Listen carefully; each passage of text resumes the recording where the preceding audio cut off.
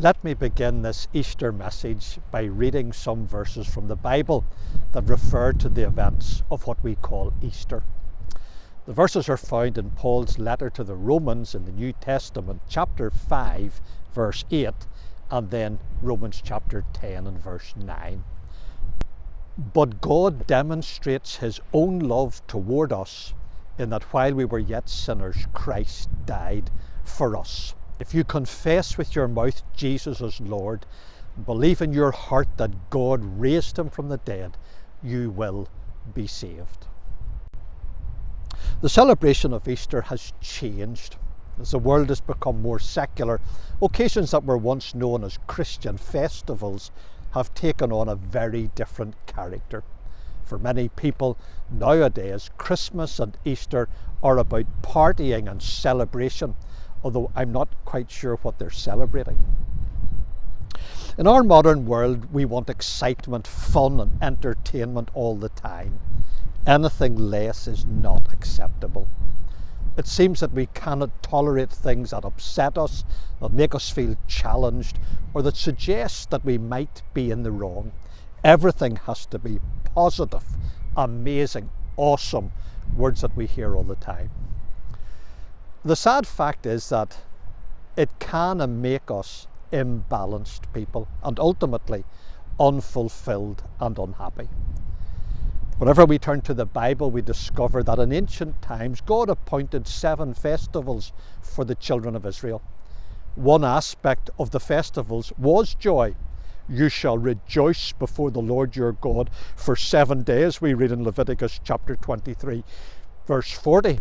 Indeed, joy is the key feature of the last of those 7 festivals, because joy is God's ultimate goal for people. But another feature of the earlier festivals was what the Bible calls affliction. Ye shall afflict your souls, Leviticus chapter 23, verse 27.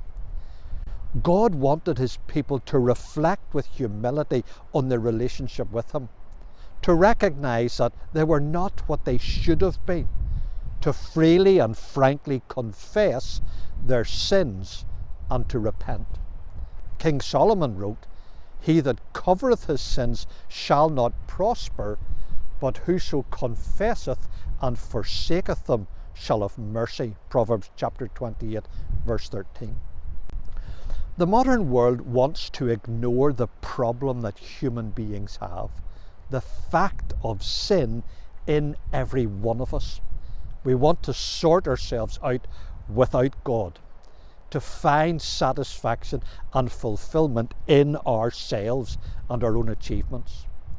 Quite frankly, it is a hopeless endeavour, because human beings were made by God, for God, and our joy is ultimately bound up in God, who is the health of my countenance and my God, Psalm 43, verse 5.